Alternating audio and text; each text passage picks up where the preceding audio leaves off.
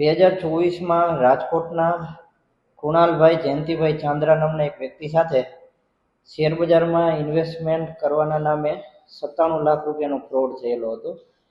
એમાં મોહમ્મદ હનીફ ઇસ્માઇલભાઈ મિયાણા નામના અમદાવાદના એક આરોપીની ધરપકડ કરવામાં આવી. ફરિયાદી કુણાલભાઈ ઇન્સ્ટાગ્રામમાં રીલ્સ જોતા હતા ત્યારે તેમને એક એડવર્ટાઇઝ આવેલી. એ એડવર્ટાઇઝ ઉપર ક્લિક કરતા એક BMAINXTB.com નામની એક વેબસાઇટ ખુલી હતી. એ વેબસાઇટ ઉપર પોતે પોતાના મોબાઈલ નંબર એન્ટર કરેલા તો એમને વોટ્સએપમાંથી એક મેસેજ આવેલો હતો અને એ મેસેજ કરનાર વ્યક્તિએ એમને વેબસાઇટ ઉપર રજિસ્ટ્રેશન કરવા કહેલું. તો કુણાલભાઈએ આધાર કાર્ડ, પાન કાર્ડ અને પોતાના ઈમેલ આઈડીની ડિટેલ નાખીને એક રજિસ્ટ્રેશન કરેલું અને પોતાનું એકાઉન્ટ ખોલાવેલું હતું. આમાં શરૂઆતમાં ફરિયાદીએ 20,000 જેટલા રકમની ઇન્વેસ્ટમેન્ટ કરેલી તો પોતાને સારું એવું રિટર્ન એ ખોટી વેબસાઇટ ઉપર દેખાડતા હતા.